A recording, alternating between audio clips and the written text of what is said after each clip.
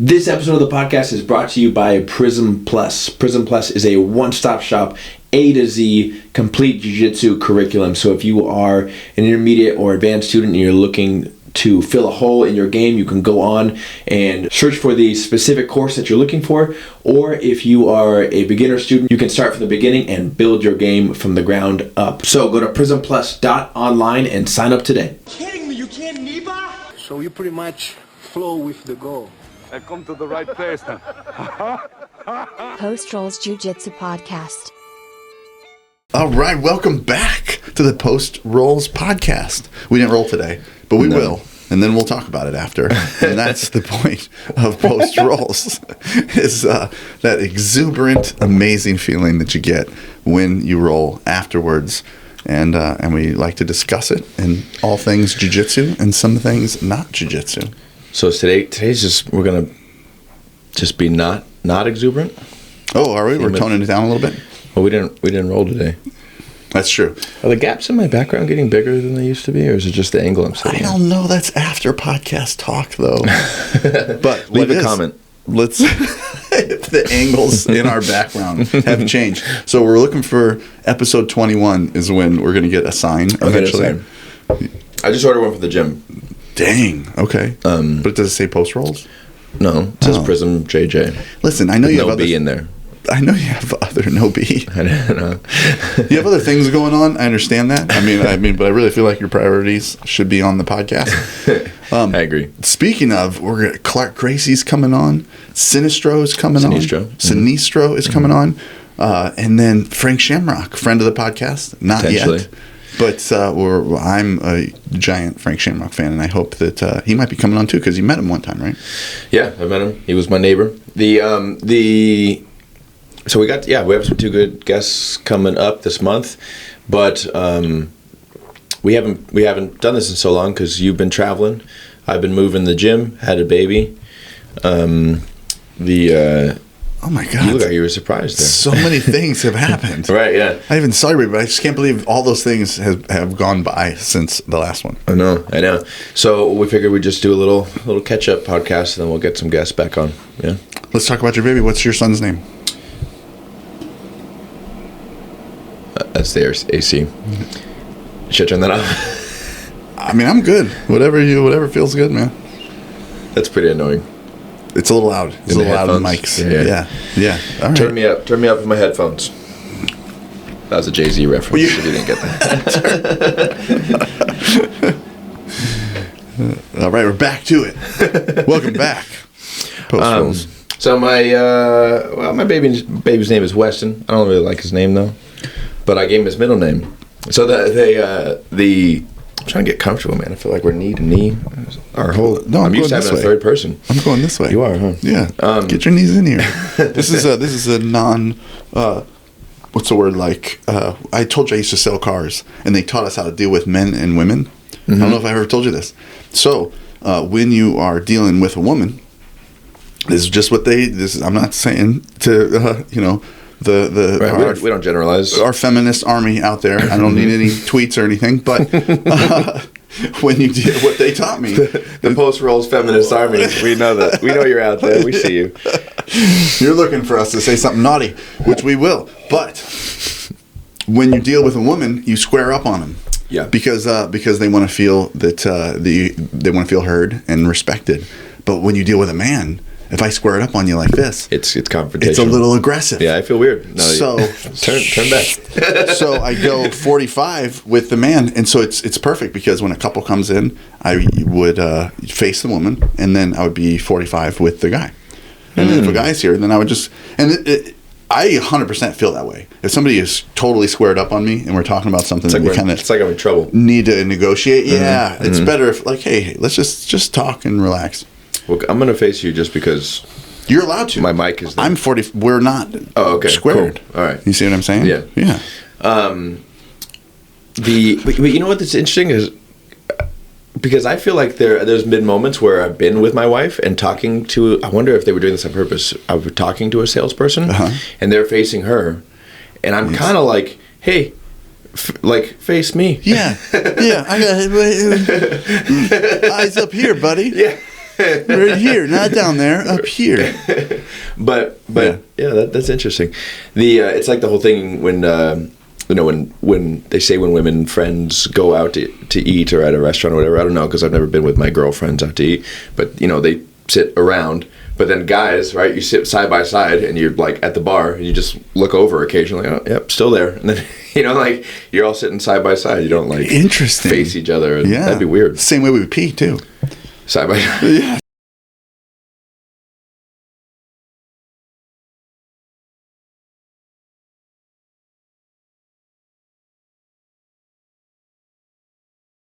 Oh, because the concrete. Yeah. Yeah, you don't need to go. You don't need to go hide in an alleyway. You don't need to go hide in a corner or a parking garage. Any parking garage in San Francisco, San Diego smells like poop. It's horrific.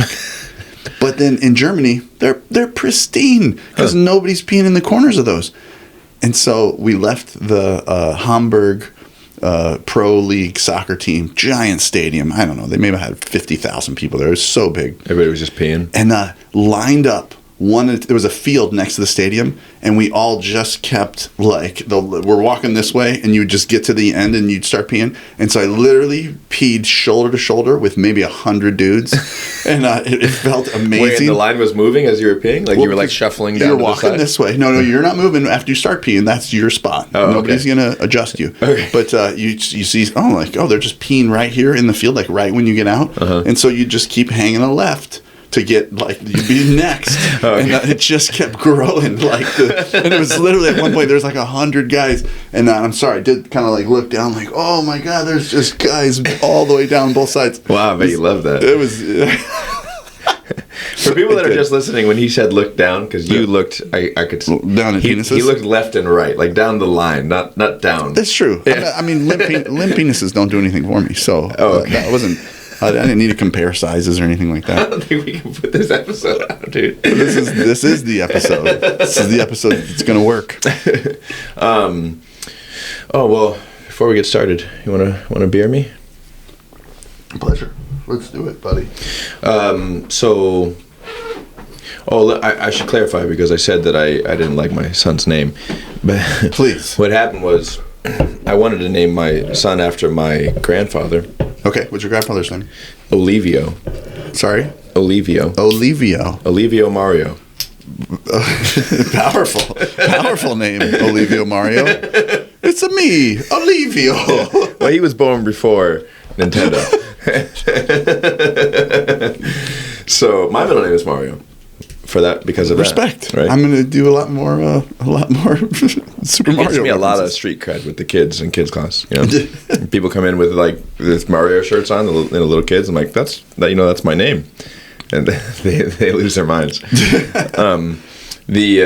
Anyways, I wanted to name him Lee, and then Ashton didn't like it, so I said, okay, how about this? You get to name him whatever you want. And then I'll call him. And then we'll call his middle name Lee, and then I'm just going to call him by his middle name. I left that last part out. I was like, we got to get Lee in the middle name. You call him whatever you want. So my plan is just to be I'm just going to start calling him Lee. Be like, yeah, he goes by his middle name. That's exactly what my mom did. My mom did that exactly, yep. Oh, yeah, because... I was supposed to be Miles Edward Eckert the Fourth. I've always meant to ask you this because you... How'd you know? Wait, what's your name on your driver's license? Because I feel like I've seen your driver's license and it didn't match the name that I know for you. You wanted to say, what's your name? That's what you wanted to say just now. No, I was going to say... Lucas. Well, Gina calls you Lucas, or Luke. She does. Right? That's right. She sure does. And that's not either of your names. That's right. My name officially is Miles Lucas. Because I was... At birth? No. Oh, okay. So my mom said, Miles Edward Eckert the Fourth is gross. Well, that's not going to be his name. Agreed. And so she said... wait, when you were born, your name was what? Miles Edward Eckert the Fourth. Yeah, my mom was like, nope. Unless you're the heir to some fortune. Something good. Yeah, I know. Not just a bunch of hippies naked in Portland, Oregon, which is that's what was happening. Okay, the exact opposite.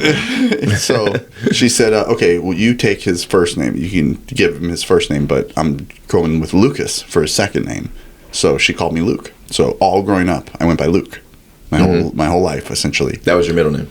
Yeah. Okay. Until I think like in college, it's like I'm tired of correcting people. I'll just go by Miles. Oh, okay. So anyone that knew me, man, I shouldn't even say that. Anyone that knew me professionally in college, friends knew me as Luke, but then that was it. So Gina met me as Luke, but then everybody else knows me as Miles. Yeah, it's kind of interesting. So, and then I was estranged from my father. I don't know if I've ever told you this story, but I didn't talk to my father from 6 years old to 26. Wow. I had a phone call with him at 26. We exchanged a few messages, and then I didn't see him. I didn't meet him in person until I was 36. So I didn't know anyone. Why did he reach out to you? At 26, I reached out to him. Oh, okay. We were talking about selling cars. I was selling cars. And there's a lot of downtime when you sell. I was working at a fancy joint in San Diego, Mercedes-Benz. Oh, okay. I was working at this fancy joint, marble desks. It was a super cool place. Yeah. And I had all this downtime. And so I found it Intella.us, which was like find anybody for $7.99. I'm like, what? I got someone to find. Yeah. My father.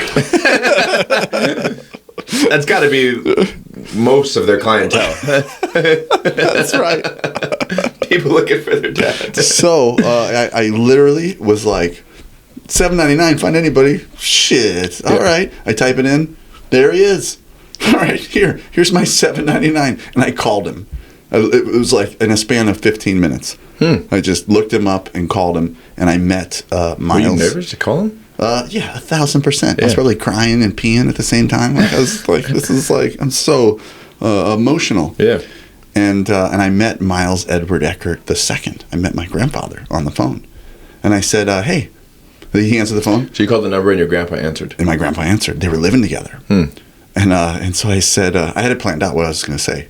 I'm like, hey, I'm Miles Lucas Eckert. Perhaps you've heard of me. That was it. Oh my God, it literally couldn't have been sweeter or better. He was like, yeah, of course. I've heard of you. I've been waiting for this call for a long time. Huh. And then we had a nice exchange, and he said, your dad's he's out right now, but he'll be back later, and I'll let him know, and he can call you. So yeah, that was the 26. Did you? You ready to get weird? You ready to get weird? Yeah. This is a jiu-jitsu podcast. And I am probably a fighter by nature. I mean, I love a good. I love a lot of things about fighting, like you do. We're both sort of it's ingrained in us, and I think a lot of men. But we got to unleash it. I think a few times, right? So I always knew I had that in me, and I always thought if I met my father again that I was going to fight him that day, because I was like, and to our friends that have trained with me and that sort of stuff, like, I mean, I have like a little bit. I'm a little bit stronger than I don't know, my preparation should allow. Like, I just have a little bit of strength that's a little extra, and I don't have to, like, I was kind of blessed with whatever my DNA is. And I thought, man, I think my father's that way too. I've seen pictures of him. He looked like a pretty shredded fella, and I was just gonna, the moment I met him again, I was gonna fight him out of the gate. I'm like, I want to know, because I don't really give a shit about you. I was mad on the inside. You know what I mean? I don't give a shit about you. But I would like to know where this came from. And so if I can easily beat you, it wasn't from you. And if we had a good, a good go, then okay, it was from you. And that was. I only had one question. That was my only question. So, are you ready? So, 3 months before I called him, he got in an accident and became a paraplegic.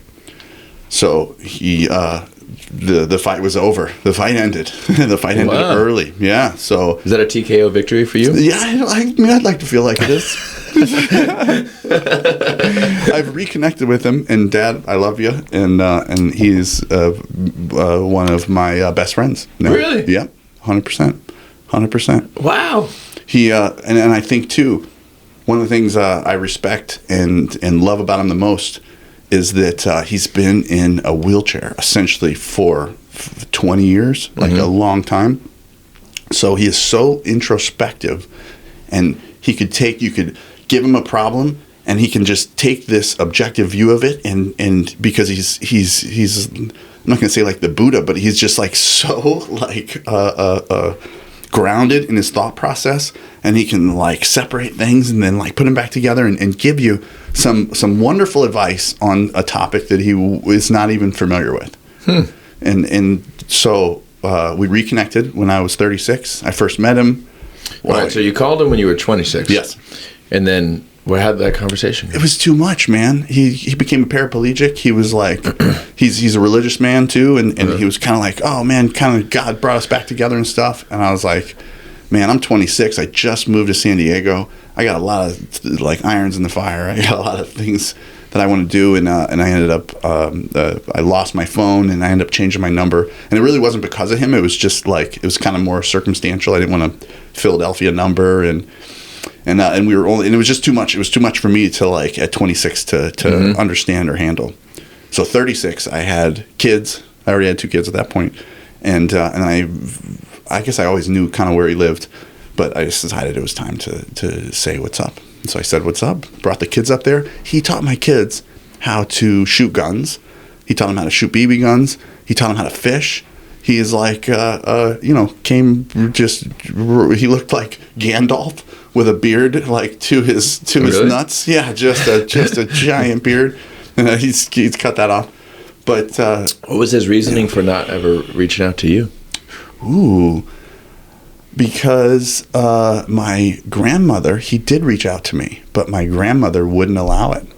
My grandmother put up the blockers because my family is Latvian. Your mom's mom? Yes. So my family is kind of clanned up as the Latvian family, and we take care of each other. And I had clanned up, meaning like you're like connected with crime families, or I thought you were going to get even worse with that. Oh, no. Like, oh my God, it could have been that too. I saw you going that way. Not at all. Clanned up meaning like we take care of one another. Yeah. And the Latvians, in particularly the Latvian community in St. Louis, took care of each other. Okay. And she decided, I think he would reach out a few times, and she decided that he wasn't going to be a good influence. And I have 3 half brothers that never graduated high school. So older than you? I mean, they're all younger. Oh, okay. But from another woman. And I mean, yeah, I think my dad and I both agree that he wouldn't have been the best influence then. Okay. Now he's an amazing influence and like my confidant and best friend. It's incredible. Huh. That's great. Yeah. Thank you. I mean, it's great that how different, what a positive change that he made. Right? 100. I mean, we should all be so lucky because when you carry around those deflections in your life and you're worried about them and like I was upset not having a father because I felt like he didn't want to be around, but that wasn't the case at all. He wasn't essentially allowed to be around, and then he also, I mean, he went off when I was 2. He was a helicopter lumberjack in Alaska. So, I mean, that's awesome. He was a bad man. And then he tried to hang out with me a little bit, like when I was early toddler or whatever. And because St. Louis was just not for him. It's just, landlocked and everything. So he ended up being a boating captain in the Keys. So that was the second half of his life. So he's just a bad man. As cool as it can be and has stories for days. And yeah, no, it's been just absolutely amazing to reconnect. That's cool, man. Well, we were going to talk about the last few weeks in this, so we talked about the last 20 years. We did. We went back. Well, I've never told you that story. It's kind of fun. Never. No, I don't know. I think it makes people a little bit uncomfortable. I think it's weird. I think paraplegic stuff's weird. Makes you uncomfortable? I think other people like I don't know.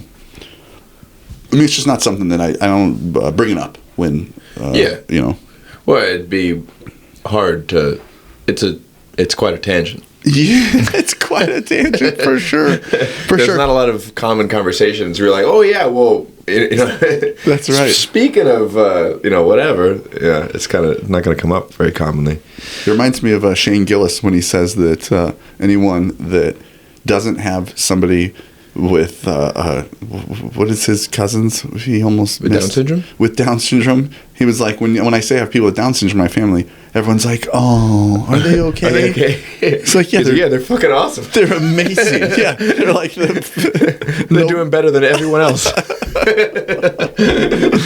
Yeah. It's so funny how much he looks like. You know what I mean? That he missed it. He just nicked it. It nicked him. Yeah. He just. I'm a huge fan of Shane Gillis. Yeah, me too. Yeah. So how did the Grapplers retreat go? Was there anybody famous there? At the Grapplers retreat? For yourself? Well, it was Hodger awesome. usually. Hodger is there the week before. You've done one with Hodger. No, I will be. So okay. in August, Hodger's coming, and I'm going to be co-instructing there. Didn't you meet him? I met him at Master Worlds last year, but no, I haven't. Okay. But the word is he's super excited to have me there, so that we do all this cool stuff, cold plunges and ice bath and breathwork stuff. So it went amazing. The biggest difference was in most of the Grapplers retreats. So this was 2 weeks ago, maybe not even 2 weeks ago.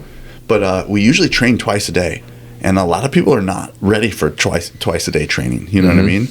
And so, what's the average age? It's like, because it's a bit of, this is a luxury grappling retreat. So especially the Hodger one is expensive. The Hodger one's, the Hodger one's the highest. But so it's between 40 and 50 is like kind of the average. 2 days are a lot. 2 days are no joke, sir. No joke. Yeah. I like to roll a lot too.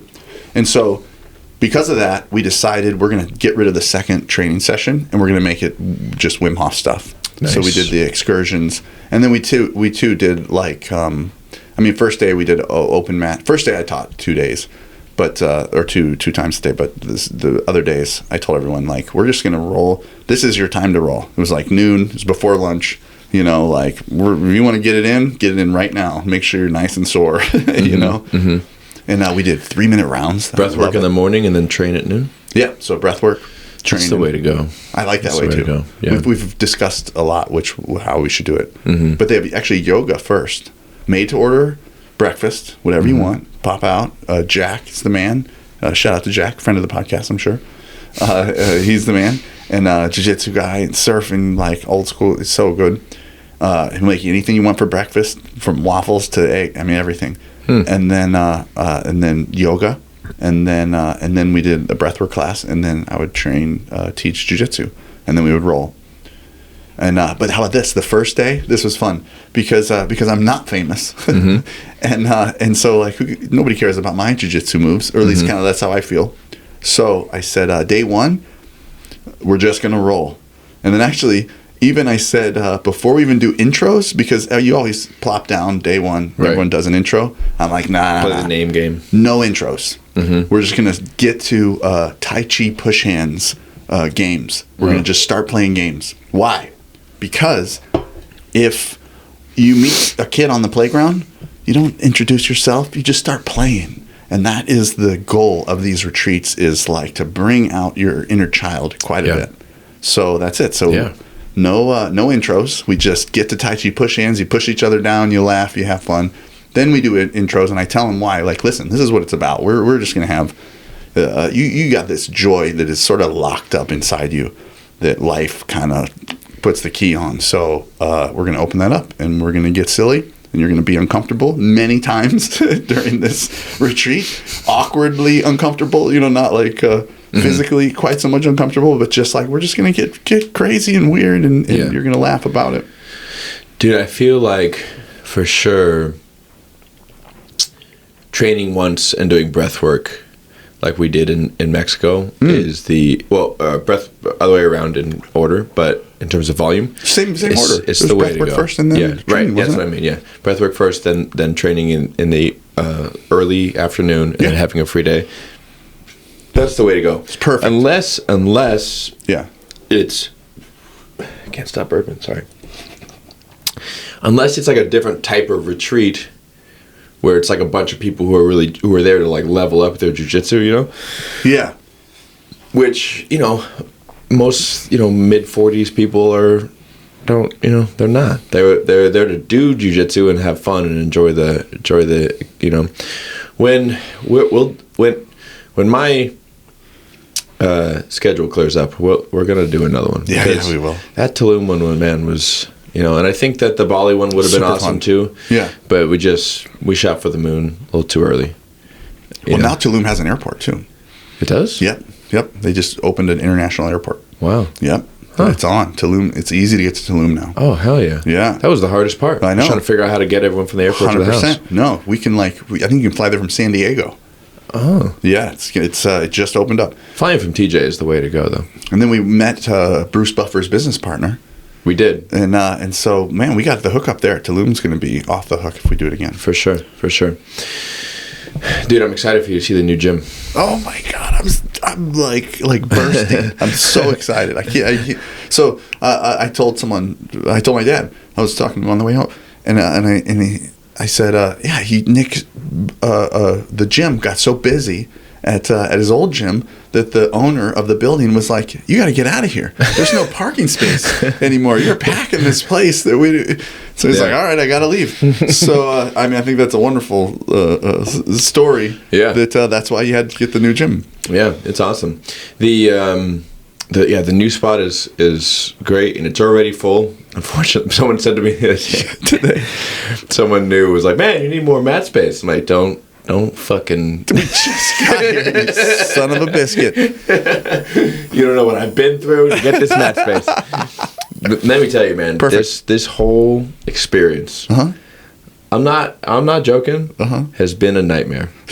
The moving? Yeah, getting the spot. Wow, you never involved me, which I really appreciate, by the way. But I'm here for you. Involve If you in need, what? I don't know. Just whenever you need help, you never reach out to me for help. But just know I'm here for you. Oh, I appreciate that. Yeah, that was definitely not like, should I call Miles? Nah, he wouldn't help. Yeah. That's not what happened at all. Okay. I think like the bulk of my moving was while you were gone. Is that why? Yeah. Okay. Because I'm always here for you. I mean, I know. I appreciate it. Yeah. Likewise. Appreciate you. Thank you. But no, the moving was not a nightmare. It was like long days, but that's fine. It was fun. Like, shout out to the gang. Who did you had? Some of the guys helped and stuff. Oh man, imagine. This is why jiu-jitsu is so great. Imagine owning any other business, right? Yes. You own a fucking coffee shop, and you ask your coffee buyers, guys, I'm moving. Will you help me paint the building? You know, never. I had a couple of guys put in like 3 or 4 like 14-hour days. Incredible. You know, that's the bond. Yeah. With post rolls. With after you roll and right. You bleed and sweat in each other's mouth and it's gross and it's what every human needs. Yeah, for sure. It was cool. So we got I went looking for a building in October of 2023. Yeah. And found it pretty close to right away. And I go, I'm supposed to be out of my spot at the end of the year. Because the space is an issue at my current spot, but you know it's going to dip. Like class attendance dips in the holidays, but then after New Year's it gets crowded, so I got to be out by then. And so they're like, "Yeah, no problem," you know. And they would not agree. This whole experience made me hate like corporate corporations. You know what I mean? Corporate corporations. Yeah, the worst. Just like big business, like made me hate it, dude. 10 emails. Everything was just. I could not talk to any person. Yeah. It was just an email, faceless emails that was forwarded to the head of whatever department that brought it to a board meeting. Then they all decided, and then emailed it back down the chain. And then 2 weeks later, I got we'll review it and let you know. You know what I mean? Like, what the fuck? I just want to know if I can put a black sign up instead of white. Like, You know what I mean? Like, Yeah. Well, at least they let you know that. yeah, I mean, dude. And you know what? And to be honest, like I would say 60 to 70% of the time they wouldn't. Like I was telling my wife, I was like, dude, I'm just asking a question, and they'll read my question, and I know that they have to go ask somebody. Yeah, of course. But just respond and let me know that you're looking into it. Just give me the 100%. fucking human decency. No, that's giant. You know what I mean? Yeah. No. And then you know, in the middle of this transaction, I'm emailing this, you know, faceless corporation, and then they go, "Oh, we hired a property manager, so now you're going to talk to that corporation who represents us." I'm like, "What the fuck are you guys? Isn't that who I was talking to?" Jesus. Oh my gosh, it's been so insane. And then. So, what else anyways, you got? Yeah, come on, our listeners. I know vent. it's a lot. Yeah, I know. Don't vent to our listeners, though. Thank you for sticking around. If you have, we're gonna switch to it's not just all complaining, but no, it's a positive. This is a positive. Okay, thank you. It's gonna come around. Oh yeah, thank you. I'm ready. I'm so excited. So, we're being real. We're being real. Right I know. Hey, you let me talk for a long time. Yeah. So, that was October where we started this. We signed a lease eventually the week of Christmas because I ended up being like, I give up on these people. I'm going to go find a different place. Yeah. And within days of talking to another place, I had a lease in my inbox to sign. So finally I emailed them. I go, hey, I have another lease. I like your place better. Yeah. But I can't just sit around. So yeah, I need to know, like, you know, I'm not trying to like strong arm you guys. No, but you got to let me know. You know what I mean? Strong arm. Yeah. Respect. No, I actually said like, hey, I'm not trying to be like, you know, I was emailing the real estate agent. The real estate agent was a nice guy. Yeah. And I was like, dude, I'm not trying to be like, I'm not trying to like threaten and try to, you know what I'm saying? But you got to understand, like, you guys haven't even verbally said yes, let alone send me a lease. So these guys have a physical lease. I can't tell them no. And then get a no from you guys, and I'm left hanging. You know. Yeah. So I need to know, and then they go, and then magically after months, right? Yeah, here you go. Oh. So I sign a lease that says I'll get the space in 60 days. So now I'm in February, right? I get 2 months go by. No. 4 months. 4 months go by. And I'm like, where the fuck are my keys? You know what I mean? Like, I keep telling the landlord, like, 2 more weeks, like my current landlord. And then am I in the hospital? I'm pretty sure. I'm pretty sure. I'm in the hospital having a baby. Jesus. And they go, oh, your keys are available for pickup. I'm like, you motherfuckers. and now, as soon as the keys are available, I'm paying rent now.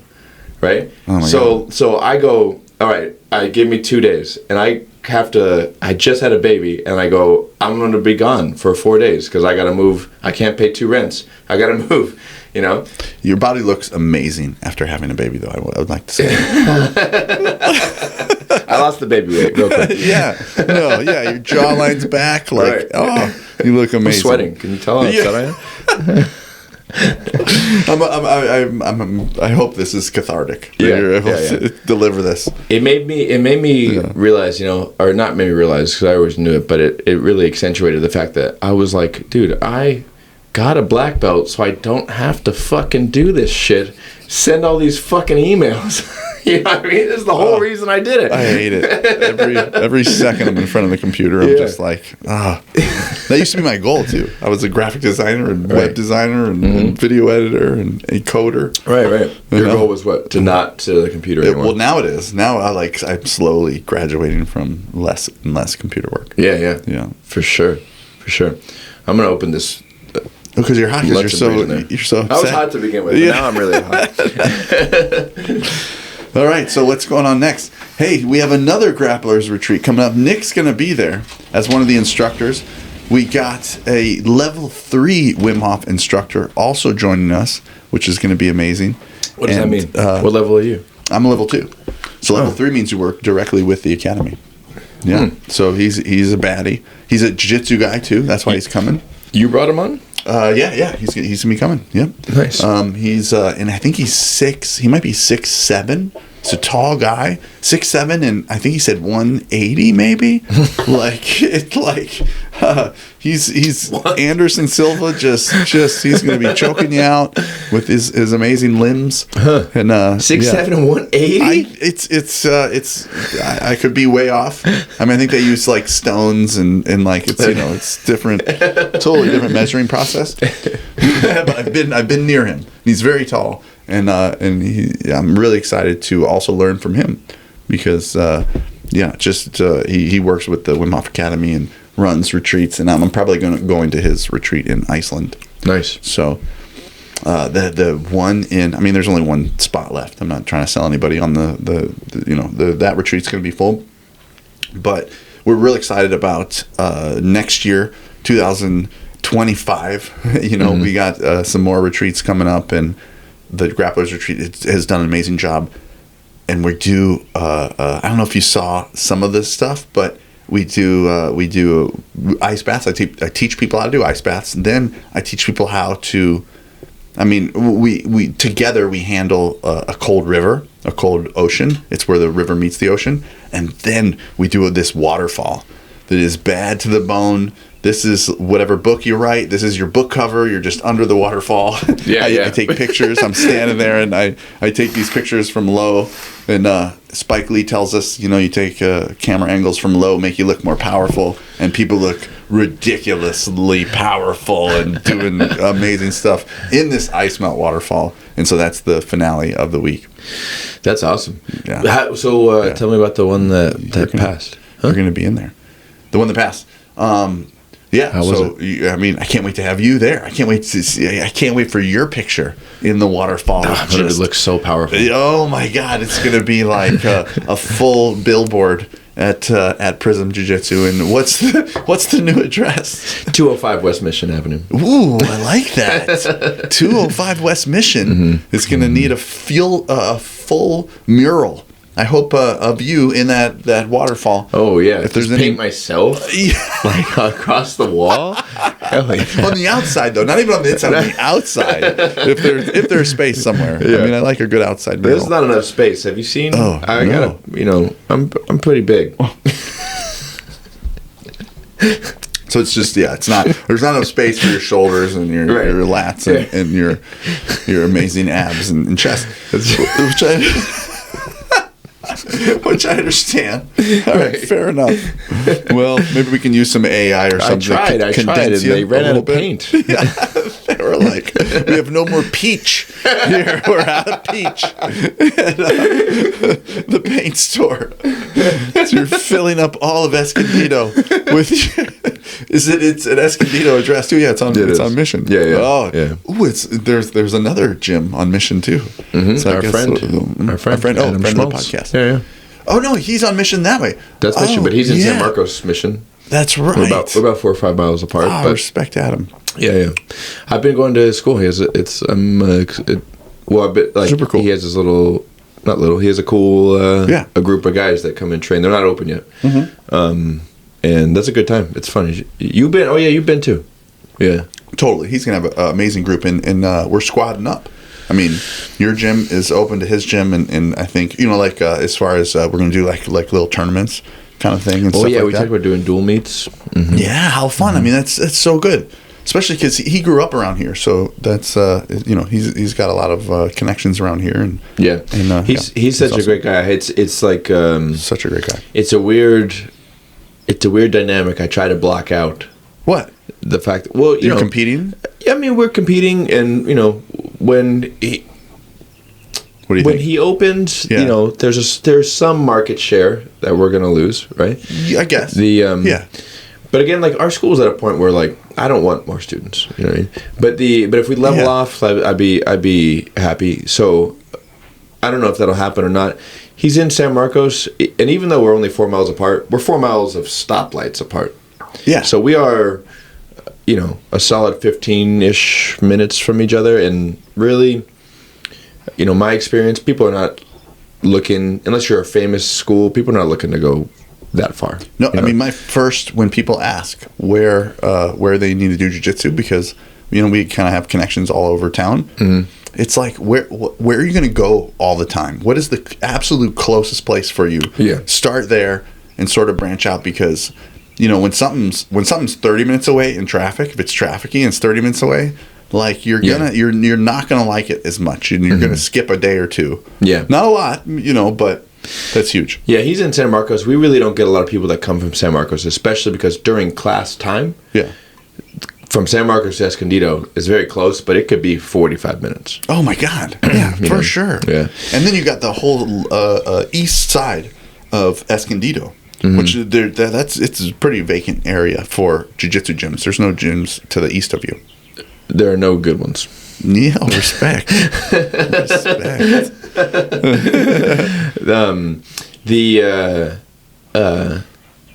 Yeah, I don't know. It's weird. A couple gyms popped up nearby recently. Oh, really? Yeah. Some new ones? Well, Kyle Chambers opened not Kyle Chambers, a 10th Planet guy opened Escondido Combat Academy. And Kyle Chambers is teaching some of their no-gi classes. You know who Kyle Chambers is? No. He's good. He's like... He's a 10th... What is that? That's a loud one. That's Helio Gracie. Because I said 10th Planet. Elio's... Yeah, he does not like 10th Planet at all. He was like, listen, put a gi on, slow it down, because that's the difference, guys. Just so you guys know, 10th Planet is basically wrestling in a soapy bathtub. And then, but if you put a gi on, you're not going to learn as fast if you just do nothing but soapy bathtub moves. Right. So you got to slow it down a little bit, and then you're going to learn faster. And that, as a beginner, that's really soapy bathtub. When I was in at 10th P in San Francisco, it was literally like, you roll out the mats, like the big mats that like go long ways. Is that Denny's school? 2 mats. Yeah, I was at Denny's school. Denny's school. It was 2 mats and a cat box because the bathroom's right there. It was literally a house. What do you mean a cat box? Okay, I'll tell you. Like a cat litter box? Yes, a cat litter box, because it's 2 mats with duct tape. The two mats together. Okay, because it's literally in somebody's old house. Somebody's grandmother's house died, and then like went into probate, and then Denny bought it. I don't know, or whatever. He probably rented it. Whatever.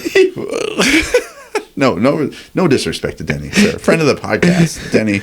I mean, he's cool. I'm sure he does not know me, but I remember being a white belt. Yeah. Meeting him and rolling with him. He was very friendly. He was a cool guy.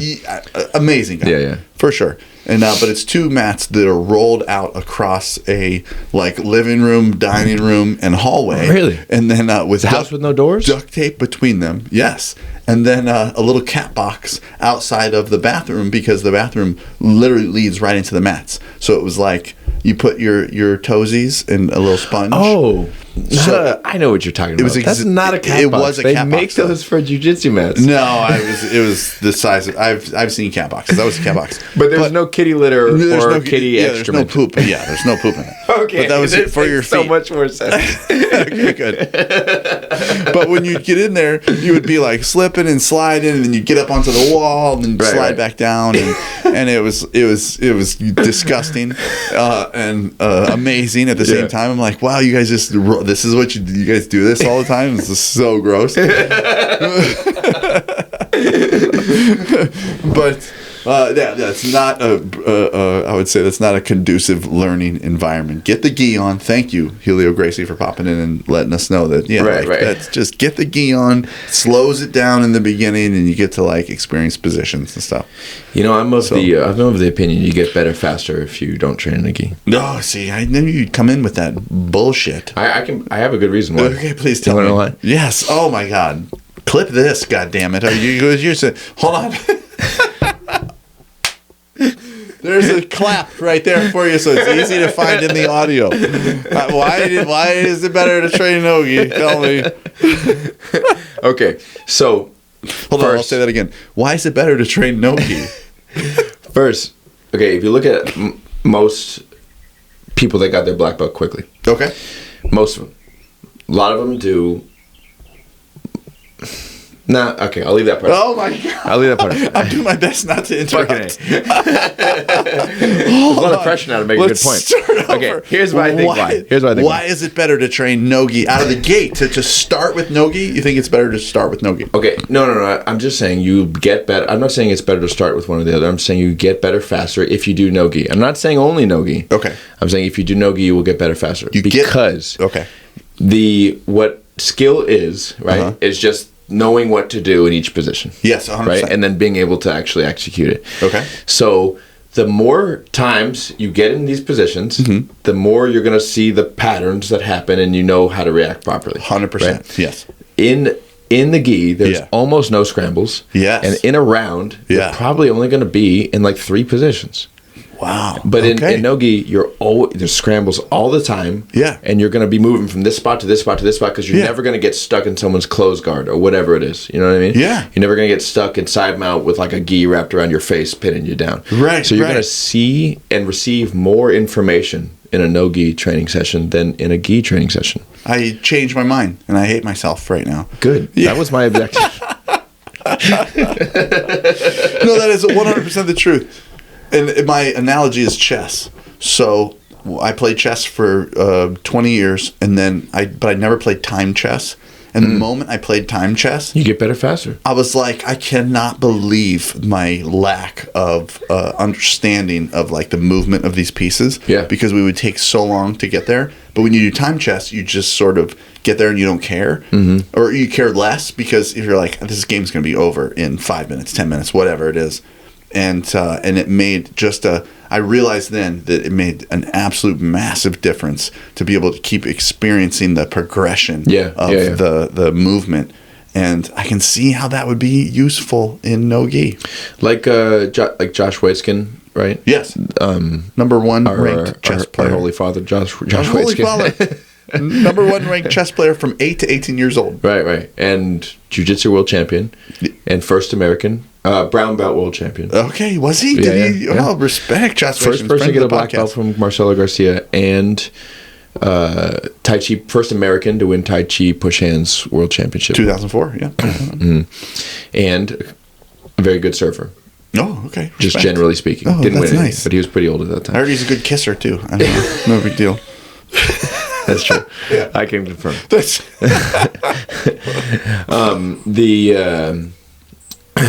So he's in surfing now, and he's like, dude, the best way to get good at surfing is e-foiling, because you don't have to wait for waves. When you surf, you go surf for 2 hours, you probably spend 8 minutes surfing. Yeah, 100%. He's like, dude, you e-foil, you ride the wave in, and you just, and then you ride another wave, he's like, dude, I'm getting better so much faster because I spend 70% of my time on a wave.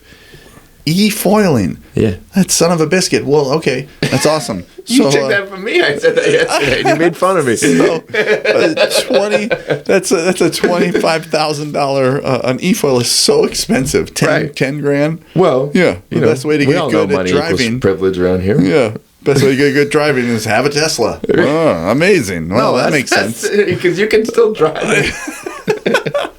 No, I'm so jealous of any e-foil, any. I mean, I was a kiteboarder. I'm a blue belt kiteboarder for 15 years. Yeah, and because I take so much time off that I suck every time when I come back. Yeah, and yeah, any of that electronic surfing stuff to me is like I mean, that's the holy grail. I'll never do this podcast again. As soon as I get an e-foil, I'm out. Yeah. I'm out, brother. I'll be e-foiling. I got to make sure you don't get an e-foil. I know. I mean, no talent left on this podcast. Thank you for that. I went kiteboarding in Tulum. Respect. You have to go next time. They have a place like right on the beach. We could have walked to it. I didn't know you were into that. I would have been like, dude, it's like right here. We walked down to it.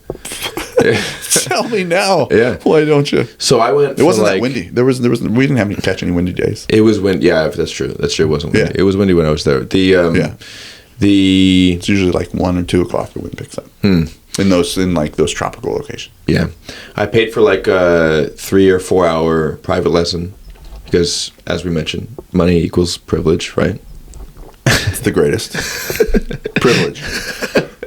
So I paid for like a 3 or 4 hour lesson, and what I didn't know when I signed up is that you have to do a lot of shit before you can actually get on a board.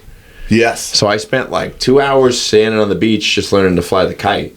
Dude, it's 90% the kite. Right, yeah. That's what you got to know. Like, hopefully you already know what to do with a board under you. And then I spent the rest of the time using the kite to drag me, just my body, through the water with the instructor like riding on my back like I'm a fucking dolphin and she's Aquaman, and just taking facefuls of seawater. You got to know how to do that. Exactly. Oh. Because the main thing that I had to learn was you have to, if the wind is blowing inland, right, you have to know how to go out to sea. Yes. Like if you lose your board, you have to know how to get outward against the wind. Yes. So like they spent like an hour just teach them how to zigzag and climb up the wind. It's called tacking if you're you're a sailing aficionado or kiteboarding. Yeah. So you have to tack to get back up the wind. Right. Yeah. And then I was like, she goes, apparently, I'm sure she would have no reason to lie to me, but she said I advanced very quickly. Oh, and I was and I was like, well, how much more time until I can actually get on a board? Yeah. And she was like 90 minutes, 2 hours would be my guess. And I'd already been 3 hours in, so I was like, all right. So you quit?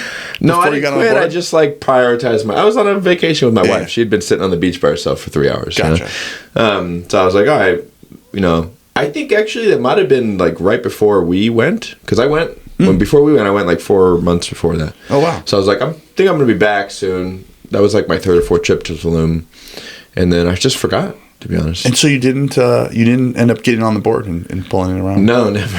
Wow. Yeah. Well, no, I mean honestly, I don't know. I've kiteboarded a long time, and it's a bit like flying a dragon. Or how to. Okay, I get it. I know what you mean. Do you? What a relatable reference. How to Train a Dragon. Like the movie. It's like, it's unpredictable. Mm-hmm. The wind is the ocean, an invisible ocean that has like dips and layers. And so I'm just gonna. It's like flying a dragon. That's like saying like, it's just like driving a Lamborghini. Oh, okay, I'm with you.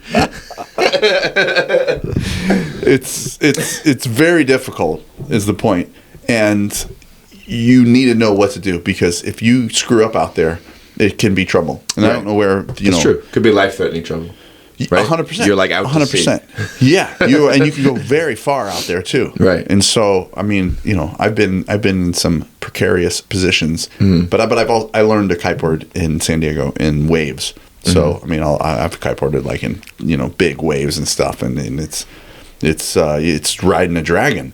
Yeah. And the dragon is both in the air and it's unreal. Dude, you told me a story once about that you should share about it was a kiteboarding story that you were like, I forget exactly what happened, but you were like 30 feet in the air. Yeah, Mission Beach, right where the roller coaster is. Uh-huh. So we were kiteboarding there. It's a great place to kiteboard, and it went from 20 miles an hour to 30. And I have a 19-meter kite. A 19-meter kite. I have the biggest kite you can get. It's a school bus. And that day, it just switched on us. 19-meter. Yeah. Holy shit, that's a big... It's the biggest one you can get. So you were advanced at this point?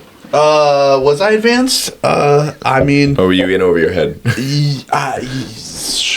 No, I mean, you have that big of a kite because it's low wind. So the lower the wind, the bigger the kite. Got it. So it was kind of like all you could have. But it was also... I mean, if anybody who has any kite knowledge, it was a C-shaped kite, which they don't even make anymore. They have bow-shaped kites now. So it had a very low power and depower range, is what it meant. It was like, it's for this particular wind range, and that's it. And now they've changed the technology. But so the wind changed, and it literally, I'm cruising like, hey, it was a pretty nice windy day, you don't get that much, and then it rips me out of the bindings, and I'm in the air like 30 feet. Rips you out of the bindings? Yeah. So there's my board gone. Board's gone. It ripped me out of the bindings, and I'm in the air, And then when you kiteboard, why don't kiteboards have leashes? I wouldn't use a leash because I wasn't wearing a helmet. So if you wear a leash, then you have to wear a helmet because then it bungees and it comes back and hits you in the face. So I didn't want to wear a helmet, so I didn't wear a leash. Yeah. So I lose the board. And I'm in the air, and then I bring my kite to 12 o'clock, which is a resting position. You should be able to stand and hold at 12. Mm-hmm. And I'm still in the air. And I'm like, oh, man, what is going on? And so I'm flying it around. I'm in the air. It's literally like dipping me in the water, and then would just lift me back up. Mm-hmm. And then people had gotten their kites down at this point because I was more of a novice, so I'm just going down Mission Beach to Tourmaline. I'm going as far as Tourmaline, and people are running next to me. And they're literally running next to me and yelling like, "Get your kite down! You're gonna see God!" Like, it's not good what's happening. And they kept dipping me in the water and lifting me up another 30 feet because the kite was just way too big for the amount of wind that it was. And then eventually I'm like, okay, I got to steer the kite down, which means it's going to be like I have to get it away from people because the lines are going to cut people's fingers if they were, it's like it's a big deal if you bring a kite down that fast. So especially a kite that big. Like if the kite comes out fast and there's someone if there's somebody there where the line crosses, it would like cut their fingers. It would knock them out. Cut the fingers off. Yeah, I mean it's pretty powerful. You got a powerful thing that's happening. Could you sever a human torso like a samurai sword? Ooh, I wish. No, I don't think so. For some reason, that sounds exciting. Just because I like samurai swords. But and I think that too. If anybody's still listening, that if anybody has any birthdays coming up, just give somebody a samurai sword. Will you? You can find them on Instagram. But this is the important thing: is get a Damascus blade. We'll talk to our friend Brandon. Yeah. Oh, Brandon Melio. Yeah, I almost had Professor Brandon engrave the blade that I bought. Really? Yeah, for a friend. My friend was Chance. Chance was here. He was on the podcast. Turned 40. Oh, right. And I got him a Damascus blade. And but that's the ultimate present, I think, for men in general. You don't know what to get them? Chip in. Everybody just don't get him some bullshit. Everybody chip in. Get him a Damascus blade, samurai sword, battle ready, so it's nice and sharp. Yeah, of course. And then, otherwise you're wasting time. Yeah, come on. Bring a bag of fruit. Bring a bag of like old fruit and throw it at him when he gets his present. Oh yeah, that's right. You did this, huh? And you played real life Fruit Ninja. That's right. That's amazing. That's what we do. I wasn't on board until that. No, yeah. Until that, I was like, honestly, if I got a samurai sword, I'd be like.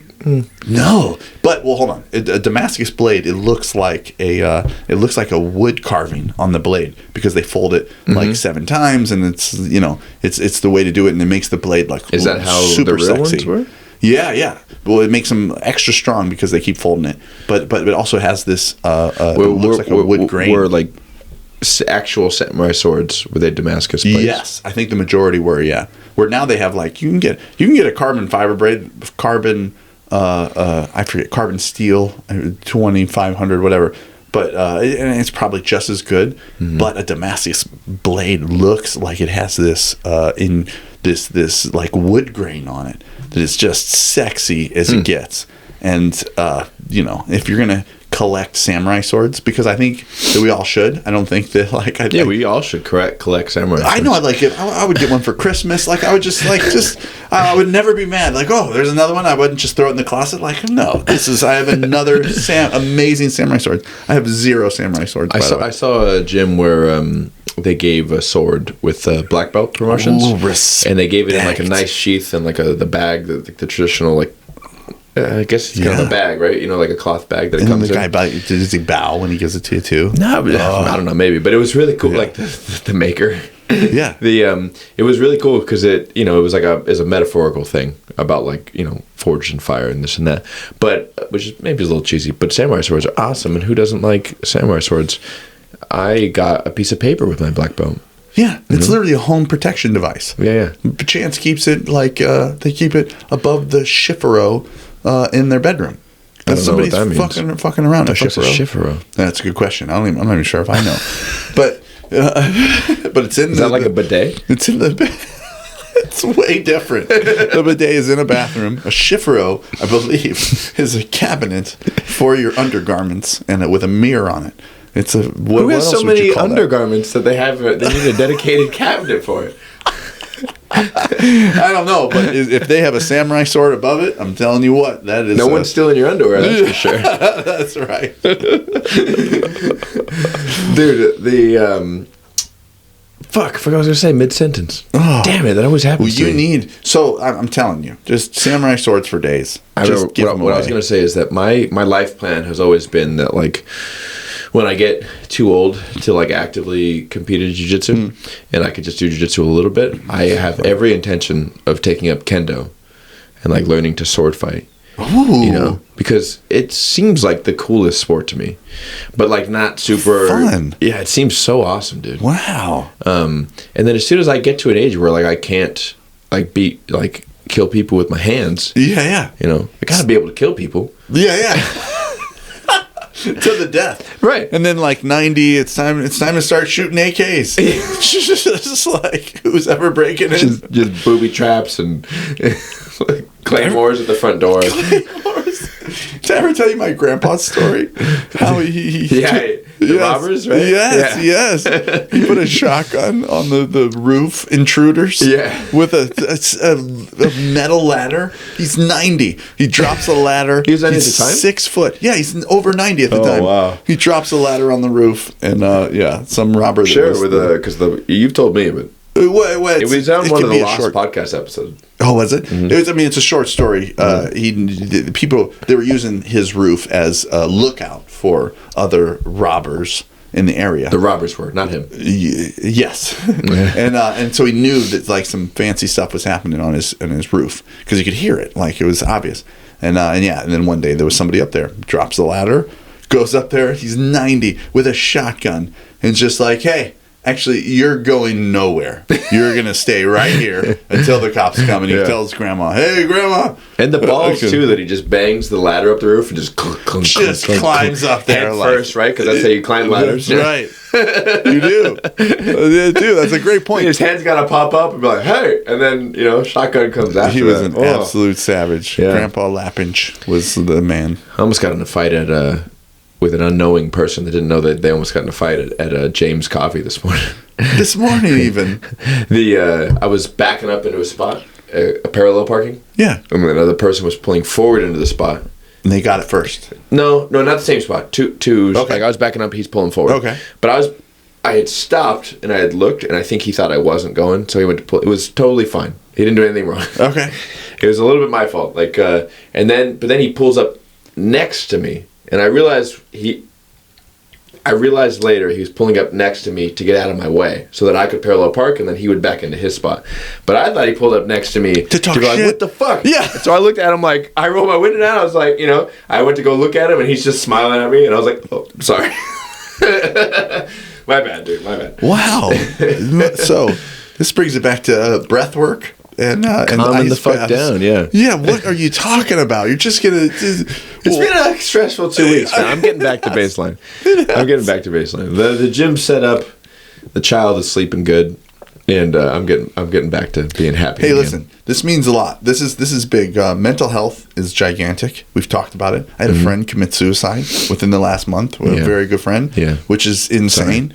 Thank you. But it's mental health. Being able to control your mental health is absolutely insane, and not outside our own capability, because there's a lot of influences that we have that will affect us. But when you use stressful things like jiu-jitsu, like breath work, like ice baths, then your nervous system doesn't respond the same way. Mm-hmm. So if I had to guess, in that moment, like you might not have had you didn't have a hard training session. Because you're not going to I'm just going to guess. Did you? Did you have a hard training session the morning before? No. Oh, the night before? No. Literally the morning before. Like, were you tired from training? This morning. So I was not tired from training. No, I hadn't done anything yet. Right. So our nervous system responds in a way that we can't help. Mm-hmm. And we know that. That's fine. That's how it works. So if you use one of the amazing ways to control adrenaline, Breath work is easy. Cold exposure, heat exposure, exercise, or fasting. Any of those ways give you this dose of adrenaline. Your nervous system is not going to respond the same way.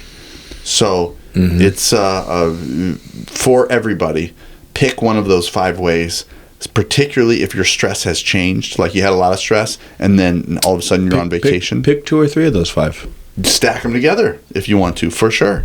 And then very particularly if your stress has changed. So you work really hard to get on vacation. That's the big one. If you go on vacation after you've like stayed up late and you know made the money and had to get everybody together and it's just super stressful, then when you're on vacation, when your stress has changed, you gotta stress your body out, man. And so that's exactly what we're talking about. Get a workout in or an ice bath, yeah, for sure. Yeah, you would have performed different. If you would have had a workout and an ice bath, you'd have been like, yeah, what's this guy doing? He's pulling up next to me. Yeah, whatever. But you didn't. You didn't. Yeah, dude, I mean, I have avoided, you know, I've never been in a fight since I started training. You know? I can see that. And I have avoided many fights because people have, like, been confrontational. And I have been, like, very relaxed, not because I'm like think I'm tough, but like just because I'm like I'm not interested, you know. Totally. And then it'd been like, and then people be like, you know, maybe it was conveyed a certain way, but it was not like me being tough. It was just like, dude, I've been doing this all morning. Like, you know what I mean? Like, I don't need this shit. 100%. So, and then, yeah, you know, and I haven't been, so yesterday was my first day, like, getting back to training. So, I haven't been able to train because of the, for about 2 weeks. So, for sure, I've been more short-tempered, you know? Yeah. That's exactly what we're talking about. Like, your nervous system has this trigger, and you have these outside influences that influence it. And what are you going to do? I mean, it's so wonderful that we know that recipe happens. And so you know when the pizza's done. Mm-hmm. Like there's a timer. Do you know what I mean? No, you lost me. I went weird. But it's like you put a frozen pizza in, you put the pizza in, you know when it's going to be done. But so it's like you know that you are going to trigger yourself. Your outside influences will trigger you if you're heating up. Mm-hmm. Okay. And so you can mitigate that. It was a terrible analogy. I agree. But if you do ice baths, you keep the pizza frozen. You know oh my God! You're just like shit. Is it even done yet? I don't know. I'm just so frozen. This is such a bad analogy. It's pretty bad. The worst analogy I could come up with. And it shows that I like frozen pizzas, which means I'm awful health wise. That's true. That's true. Not it's true that you're awful. It's true that with the analogy you were making, super bad. But I understand what you're saying. Yeah, for sure. Thank you. Can I tell you what's on at the Grapplers Retreat that I think that Alex, the owner, loves? And so I said that in most of the retreats, like they train twice a day, and I said, okay, we're not going to train twice a day. We're going to do cold exposure, and then saunas and beers or wine or whiskey in the sauna is on so much dehydration that's in but it's in the curriculum. Sorry. Deal with it. That's what you got to do. All right, that is awesome. If you're coconut waters, fine, be coconut waters, but then we're not even going to make fun of you. It's just it's just like it doesn't need to be an alcoholic beverage. No, it doesn't. Can I have my cranberry not. Juice? Yeah, of course. If you want to get rid of your UTI from whatever, because your vagina hurts, I understand. But right. Yeah. What are you on your period? No, you said sex too soon before. That was departed reference. Probably no one. Okay. We're avoiding UTIs with a little cranberry juice in the sauna, or have a beer like a man. Dude, so I would say 90% of my sauna use. 90% of my sauna use is weight cutting, right? Okay, yeah, previously, in the past. So that means that almost every time I use the sauna, I have not eaten in like 20 hours. Wow. Right? Or had any water. Interesting. Or had any water before the sun. Wow. I can't have sauna in the water. Yeah. Fascinating. And it's in like the recent, and maybe the last year, sometimes I'll go with people to the sauna. I don't really have access to a sauna, and Yeah. I far prefer We don't have one in San Diego. cold exposure over ice sauna, Yeah. So I don't do it much, but sometimes I go with a friend. And when I go to a sauna, like recreationally, with like a water bottle, and I look at these people that are suffering, I'm like, you soft little bitches. It's real. It's so fucking easy when you're like, dude, sauning when you're cutting weight and you've already lost 12 pounds of water and you got to lose the next 4. Like, bro. I hope to change that on our next retreat in September. Professor Nick's going to be there. Yeah. I'm super excited. And so 90% of my sauning includes the other way includes around. beer. Yeah. I don't know if so wait, how do you keep your beer cold? You got to drink it fast. Okay. Yeah, for sure. Yes. So you bring 2 beers in. Yes, that is a strategy. So whatever you need to do, if you're, you know, what's funny is because I drink beer in the sauna. That's just full Wim Hof style. We'll really? Respect to Wim Hof. We would. I mean, he does liquor. Does that come out to like a net neutral? I'm not interested in that. That's in terms of health benefits. We're having a good time. Yeah, no. It comes up to super net positive for what an amazing time we have. For sure in happiness. For sure in happiness, yeah. And Alex said too, he was like, he hadn't drank in the sauna yet until this last one because I wanted it on the curriculum. They put it optional. They had a little asterisk. Oh, it's optional. I'm like, no, I don't know. I like this and I don't want to be alone. So let's all go. And they brought in big glasses of wine, and the wine, because they're nice glasses, they're those ones that you hold like this, right? And it was like burning their lips. They're like, and I'm like, yeah, the glass would get hot, right? The glass would get super hot. So wine doesn't work, but. Yeah, for sure. Shout out to Pete that was at the retreat that makes wine in Sonoma County, and he makes the greatest wine that you ever tasted. It is organic and probiotic, so he doesn't use sugar, and it creates its own sugar. No, he doesn't use sugar or yeast. I don't think. I think it pulls yeast from the air, so you don't know how long it's going to take to ferment. I think this is how he makes it. I don't think there's yeast in wine.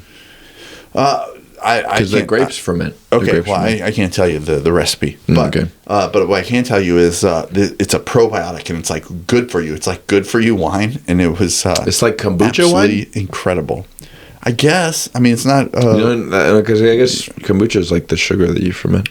That sounds great. But I want to try that. It was super cool. And it even had like he had a tattoo artist make the labels and stuff, and so the labels were like extra super cool. Huh. That'd be awesome. We should stick him in the show notes. I'll do that after because he's a badass in Sonoma. That sells this wine. Oh, okay. Because I mean, it's just it's like the healthiest, most amazing wine that you could have. Yeah. And he's a jiu-jitsu guy, so yeah. And much respect. Can I tell you one cool thing that happened for the review, the feedback from the moves that I shared? Yeah. Did you share moves? Well, yeah. That's unlike you. Nah, we just did Wim Hof and this is just a retreat, and like now we're gonna booze. No, but usually you don't share specific moves. You share like your conceptual teacher. Exactly. Yeah. What? Exactly. That is a word now from this podcast. Exactly. Yeah. That's what I did. Well, Okay. that means it meant a lot to me that you could show this. This is the scenario that's going to happen. Mm-hmm. And even one time I'm teaching people how to control the legs in a pass, and somebody was like, "Well, do you put your leg here or here?" And I yell out, "Like, do you put your leg here or here?" And everyone's like, "It doesn't matter. You control the top leg." Yeah. And Michael's going to watch this, and he's going to say, "No, you need to control the bottom leg." It's the bottom leg. Yeah, That's but that's only okay. if you're going to try. If a guy's completely trying to escape. What do you mean? If they're trying to pull their bottom leg out and like stand, then yeah. But you still have the top leg. So I disagree with that, Michael. Put this in my language. Put this in my language. Okay. Give me an exact pass. Okay, put this in Okay. Yeah. Sure. Yeah. What? It's like, okay, your knee cut passing. Okay. knee cut passing. You're already pretty past the legs, but I mean, like, but we're talking about like so you're from in the headquarters. very beginning. You're in headquarters. It's so simple. So you're in headquarters and you're going into knee cut pass. Okay. Why Yeah. are you controlling the top leg? Ooh, because that's the only leg that could be reintroduced to the party. So one leg could come back over the top, and if we don't care about the rules, like a lasso. yeah, and if we don't care about the rules, it could come back over and just kick you right in the face. Okay. And recover guard. You post on the top leg comes over. If you need to. I mean, I'm really thinking like regardless of the rules, I need to get by this guy's legs. Okay. So he can lasso back in and kick you in the chest, in the face, in the torso, whatever. But a knee cut by nature controls the bottom leg. So maybe that's a bad example. So because a knee cut, your legs are controlling their bottom leg. I mean, if you're already controlling their legs, then that's what makes your knee cut powerful, because you're controlling both legs. Your knee cut, you're already kind of knees coming through. But so the only and Michael brought this up, was that the big, and it was the our friends of the podcast, the BJJ method models. What is it? Mental models? Mental models. Mm-hmm. Said that you gotta control the bottom leg if they want to completely disengage. Controlling the bottom leg is mostly for if they're trying to stand. Right. If they're trying to stand, exactly. Which has become a big thing in no-gi, right? Because sweeping is harder, so people try to stand up. 100%. So, but you still have the leg. So even if they stand, you still have one leg. Mm-hmm. You could take them back down again. So you could take them back down again. So I totally get that. And, you can see if somebody is 100% and wants to disengage. Mm-hmm. But, I guess at that point, you could start to control the bottom leg. Or the moment they pull their top leg out, man, you have, the moment they pull their bottom leg out, you have one leg. Right. All you have to do is turn 90 degrees, and they're going to fall back on their butt. And you have the top leg. Like a single leg. Yeah. Mm-hmm. Yeah. So, but if I flip flop it, from my perspective, if I'm the bottom player and my guard's getting passed. Yeah. I know a lot of people. So a lot of people try to bring the top leg in. It's more like 100%. More like gi people try to bring the top leg in because because of the lasso. Okay. So they try to pummel their top foot over the top of your shoulder, that's right? What you got. And then post on your chest. Okay. Or just fully lasso. Uh-huh. Without a gi, usually I'm trying to bring my bottom knee in front of your hips. I'm trying to bring my bottom knee to my elbow. Okay. Imagine you're passing this side. From the bottom guy. Oh, okay. Yeah. So in that scenario, maybe you need to you're control saying, both legs. In that scenario, you are the leg that's available can be extended. So you can actually that's available. Because the top leg, top leg, you can extend it, and then you staple it to the ground. You can just put your legs on it. Staple my top leg? Even if, over my bottom leg. No, it doesn't even have to be over your bottom leg. Just staple it to the ground. But if you staple my top leg to the ground, then now it's my bottom leg. If I staple it to the ground, no, because you still have your bottom leg connected to your knee. Do you see what I'm saying? It's what I'm saying is you always, whatever transitions they do, if you focus on the top leg, I don't feel like it's ever the wrong move. Ever. And even if they're trying to get away, fine. You still have one leg. But what happens if they get away? Guess what? It's the top leg. That's the top leg. The one that they got away with. Right. So you could still drop them and then get back to the top leg.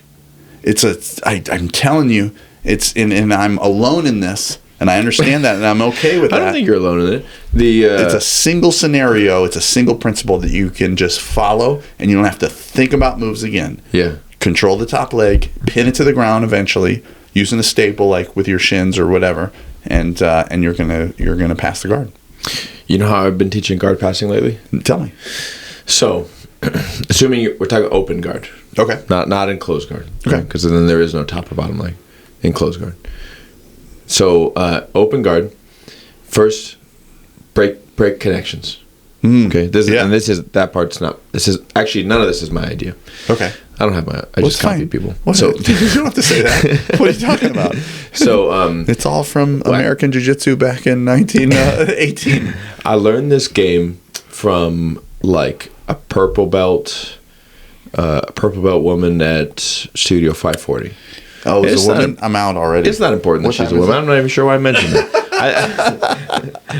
I got 10 minutes. I think I mentioned that because it's cool. Like it's more impressive in terms of numbers that she was running a class at like a big school. You know, it's super cool. You know, so she's to be able to deal with bigger guys. That's way more impressive. And let's be honest, it's harder to be a purple belt as a girl. Because most of the time when you go to a school, most of your training partners are men, and you have to deal with that. It's probably the hardest. Yeah. I would say of difficulty in jiu-jitsu, a purple belt girl it's got to be the hardest category. It's fucking impressive. Yeah, for sure. Mm-hmm. So anyway, so she was running a class, and she made this game that I use all the time. It's called the Dirty Feet game. Okay. Right, and it's like you start in someone's open guard, and you got a clean white gi on, because we only allow white gis at Prism Jiu-Jitsu. Oh, respect. And you little Gracie, pop in, baby. It's like, bing. Thank you. So, and you have your hands and your feet are dirty, tops and bottom. Okay. Everything else on you is clean. Okay. Oh, so and you got to get their white gi dirty. Okay. So that means the hooks with your feet, butterfly hooks, De La Riva hooks, posts with your feet, and grips. Right, that all gets their gi dirty. Okay. Everything else doesn't. Okay. So, like, imagine a situation where I was standing over you and you just had your legs wrapped around my ankle. That's not much control. Yes. Right? So, you're going to have your feet on them. Wow, okay. Right? Butterfly hooks or whatever, you know? Yeah. So, the game is I'm not allowed to back up and I'm not allowed to pass your guard, but I have to keep my gi clean. Whoa. So I gotta keep your connections off of me, and I can move side to side. I can circle all the way around to north south over your head, but I can't let you get your feet and your hands on me, which is impossible. But but the less the better. So if you got 2 feet on my hips and control of my sleeves, that's bad. You know what I mean? Yeah. But if I can just get you down to one grip or one hook on my leg, I got a good chance of passing. Yeah. You know, dirty feet. Right. So you play dirty feet. So limit their connections. Right. Then you pass the feet, not pass the guard, but pass the feet. So you draw a line between their feet, and you continue that line on forever in both directions. This is John Danaher. You got to pass the feet. Pass that line. Okay. Right. So here's my 2 feet. Draw a line between it, and it goes on forever, in both directions. If you get past, if you think of any guard pass you can think of, every single one, that's what it starts with. Even if it gets on the outside of their feet, that line still goes. Right, so that would be like a leg drag. Because they could still bring it in? Is that why it's still potent? Do you know what I mean, or no? No, you have to pass that line regardless. Okay. There's no guard pass. You cannot, by definition, you can't be past the guard and still be in front of their feet. Right, for sure. So, like, every guard pass begins with passing the feet. Even half guard pass. Like, if you're at half guard, you're past that line. Their feet are behind you. Yes. Right. And that's so we play dirty feet. Don't let them connect you. Then we play past the line. You got to get past the line. Rather that be up the center, so that could be like headquarters, or it could be like around the outside, like leg drags, Toriando, things like that. The only exception to passing the feet I just thought of is a stack pass. Like if you stack their ankles over their head, that's the exception because their feet are so funny. For that anymore, do they? Do they still fall for that? Just screw your hips out. God. Marcel Garcia, push on their face. Right. You like that one? Oh, it's so fun. If you don't know which face to push on, if they're square, you just pick one. Which face to push on? Stiff on them. Which way to go? Oh, okay. Their face. Like, which sides of their face? Are you drunk in this scenario? Why do they have one face? If you're seeing double. There's 3 of them there? Well, yeah. Obviously. I mean, you're going to get in a fight when you're drunk. Right. That's when it happens. That's true. That's when it happens. So you pass the line of their feet. Then your next objective is to point their knees away from you and connect and control their hips. So the idea being, like, if you do a sloppy pass, which sometimes you got to do that, their knees are still pointed at you, but their chances of recovering guard are much higher. Gotcha. You know, like if someone passes your guard, but you still got your knee against them, you're probably going to squeeze that knee in there. You know what I mean? So you got to point their knees away and control their hips. Then once you control their hips, so and we do this separately. These are all separate drills. So have them pass the feet. Then the next game starts. You're already past the feet. If the person sets you back behind the line, then they win. Oh. Okay. And then you have to start over. I feel like you're squaring up on me. I'm starting to feel like a little bit of a... We got to wrap this up. Make it more yeah. The person passes the line. Thank you. That does make you feel better. I'm almost done. Okay. You start past the line. If you get to their hips, then you win.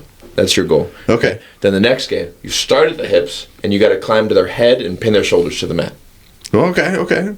And then this way, everybody comes up with their own passes, right? You don't need to teach them moves. There's the only 1, 2, 3. Is that 4? I'm gonna pee in my own water bottle if we don't end this. I gotta go full Germany pretty soon. So if you do those 4 things, 1, 2, do those 4 things. Okay. You're past the guard. Fully, right? And the only option that person has, if you accomplish those 4 goals, is to turtle. And then now we're talking about taking the back. So, and it's only 4 things that you got to do. I gotta go. It's too much. Wait, we got to end the podcast. No, I waited till the very end.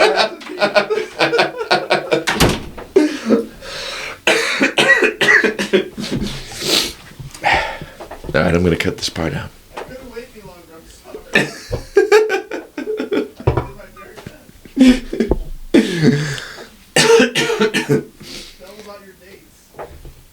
Oh yeah, I'll plug some dates. I don't have any dates. What are you talking about? My only dates are with you.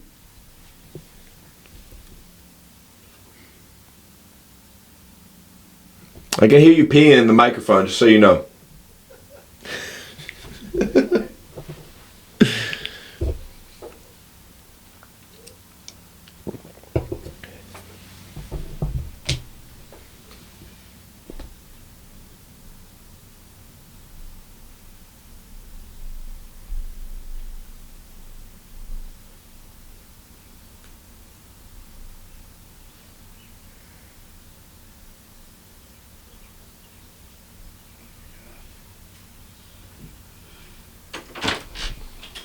Oh my God.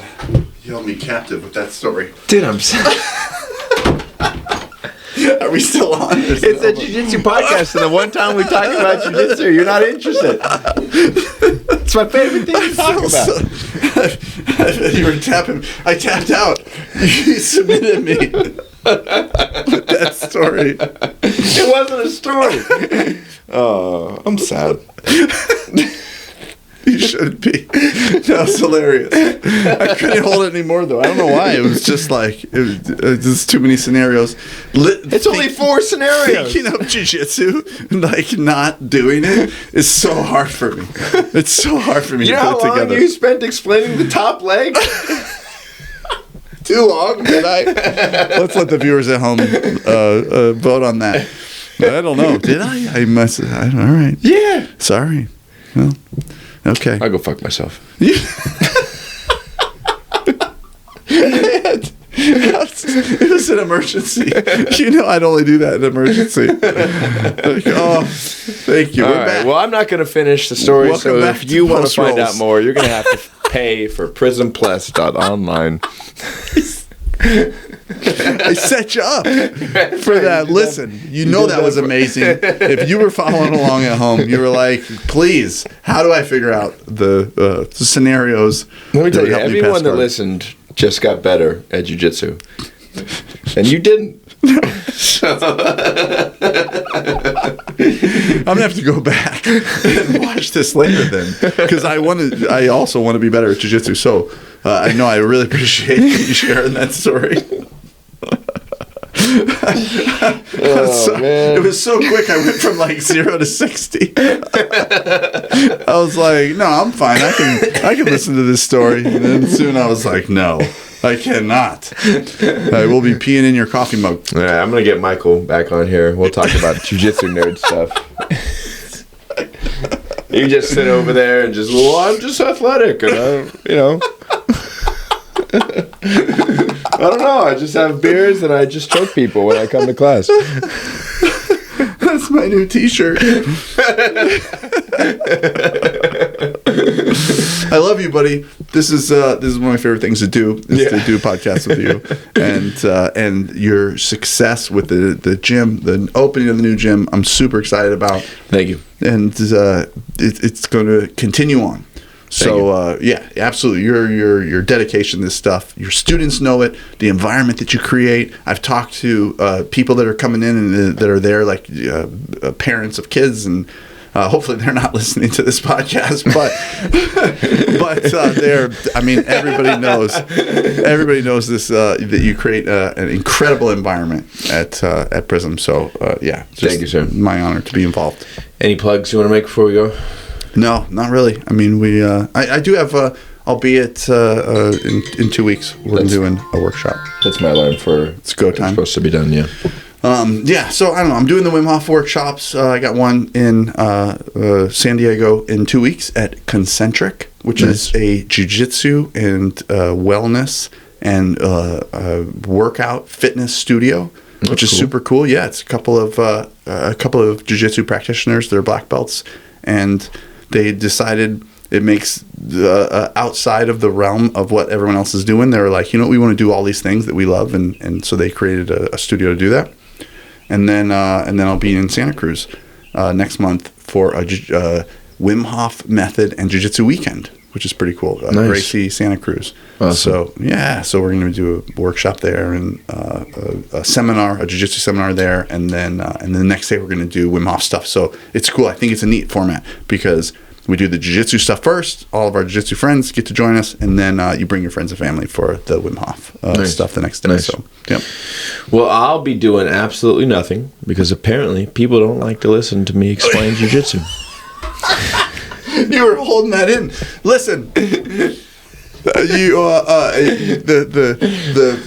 parking lot is going to be full. The parking lot will be full at the new Prism Jiu-Jitsu again, and they're going to make you move again. And then where are you going to go? You're going to have to start working outside, take it to the beach or something. I don't know. Yeah. All right. So if you want to subscribe to the podcast, we're pretty much on everything. Post Rolls Podcast. Kick that subscribe button. Yeah. Donkey punch the alert bell so that you get the new stuff. What are you doing over here? Then if we get enough subscribers, then we're going to get a cool new sign. We're going to get a cool new sign. And that's good for everybody. That's it. All right. Thanks for listening. And we're done. We're out. Peace. Thank you, brother. Boha.